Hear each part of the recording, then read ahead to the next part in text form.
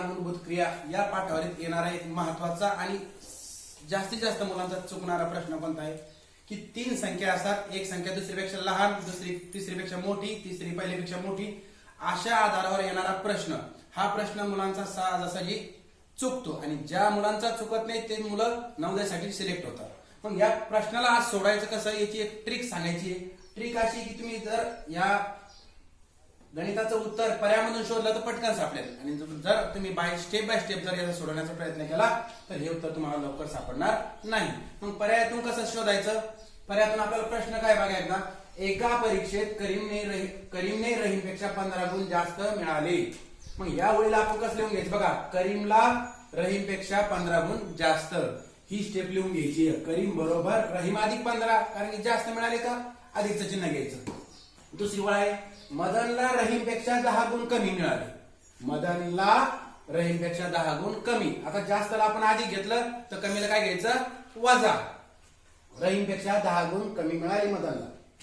तिघांना मिळून 110 गुण मिळाले तर करीमचे गुण किती? म्हणजेच आपल्याला दिलेले जेवढे पर्याय असेल ते कोणाचे गुण असणार आहेत? करीमचे गुण असणार आहेत. मग जर आपण पर्याय पाहिला ए काय आहे करीमचे गुण जर 25 असेल तर रहीमचे गुण काय असणार आहेत? त्याच्या रहीमपेक्षा याचे 15 जास्त आहे म्हणजेच रहीमचे किती असेल याच्यातून ह्या 25 मधून 15 काढून घ्या काय उरेल 10 म्हणजे हे गुण निघाले रहीमचे. आणि मदनचे रहीमपेक्षा 10 गुण कमी म्हणजे 10 तून 10 गेले 0. पण या तिघांची बेरीज किती सांगितली त्यांनी आपल्याला 110. 25 आणि 10 35 यांची सगळ्यांची बेरीज तर 35 होत राहिली. याचा अर्थ आपल्याला 35 उत्तर नाही म्हणजेच पर्याय क्रमांक ए करीमचे गुण नाही. मग आता पर्याय क्रमांक बी 35 कोणाची गुण? करीमचे. मग रहीमचे गुण काय असेल? याच्यातून 15 वजा केले होते जशी इथे वजा केले तशी इथे वजा करा. रहीमचे गुण असेल 15 वजा केला 20 आणि मदनचे असेल रहीमपेक्षा 10 कमी म्हणल्यावर 10 20 मधून 10 गेले 10. तिघांची बेरीज परत यायला पाहिजे 110. 5 5 5 1 6 याची 65 आली. याचा अर्थ पर्याय क्रमांक बी सुद्धा आपलं उत्तर नाही. मग पर्याय सी करीमचे गुण 40 रहीमचे वजा 15 म्हणजे 25 आणि रहीम वजा 10 म्हणजे मदन म्हणजेच 15. 15 25 40 आणि 40 80 यांची ही बेरीज 80 वर राहिली. याचा अर्थ पर्याय क्रमांक सी ही आपलं उत्तर बरोबर नाही. मग आता पर्याय क्रमांक डी करून बघा.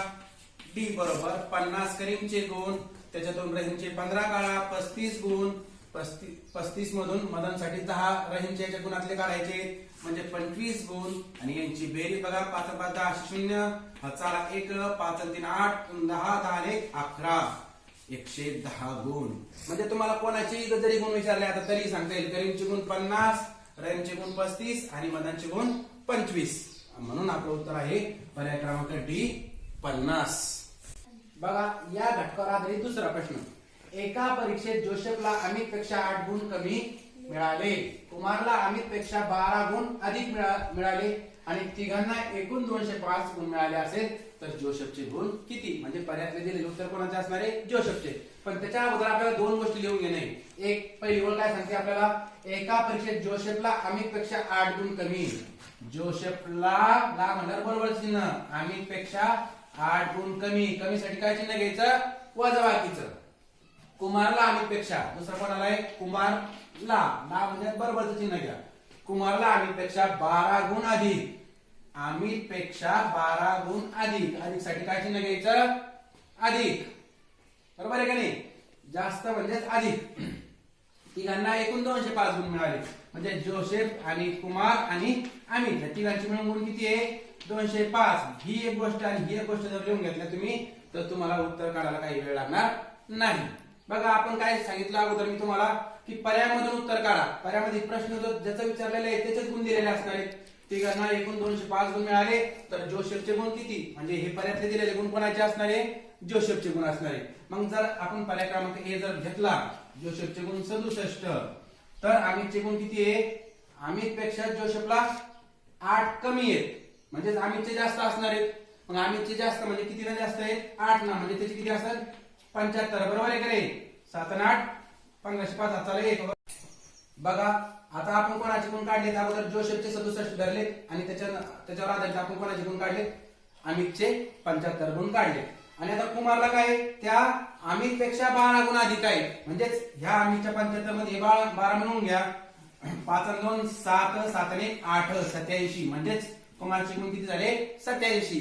आणि तिघांच्या गुणांची बेरीज किती यायला पाहिजे, ती यायला पाहिजे 205. इथे का बघू बरं आपण, 7 आणि 7 14, 14 आणि 5 19, एकक स्थानीच 9 आले. इथंच थांबा, पुढे गणित करायची गरज नाही, कारण एकक स्थानी आपल्याला 5 पाहिजे, म्हणजे पर्याय क्रमांक हे आपलं उत्तर नाही. म्हणून पर्याय क्रमांक बी घेऊन पाहू. जोसेफचे गुण 7 9 79 आणि अमित पेक्षा ते 8 कमी आहेत. म्हणजे बघा, हे जोसेफचे जे गुण आहेत ते अमित पेक्षा 8 ने कमी, म्हणजे अमितचे गुण जास्त आहेत का नाही. म्हणून काय करायचं, याच्यामध्ये 8 मिळवून घ्या. 7 8 87 म्हणजेच 79 आणि 8 87. हे गुण कोणाचे झाले, अमितचे. आता अमित पेक्षा 12 गुण कांताचे जास्त आहेत. अमित पेक्षा जास्त आहे ना, त्याचे 87 होते, मग त्याच्यात 12 मिळवा. याचे होते 99, कोणाचे, कुमारचे. आणि तिघांचे गुणांची बेरीज परत 205 आली पाहिजे. बघा बरे, तिथे 9 9 18 18 7, 9 9 18 7 25 5, हातचे आले 2 5 आहे. म्हणजे आता पुढचं गणित करायला काही हरकत नाही, करून बघू आपण.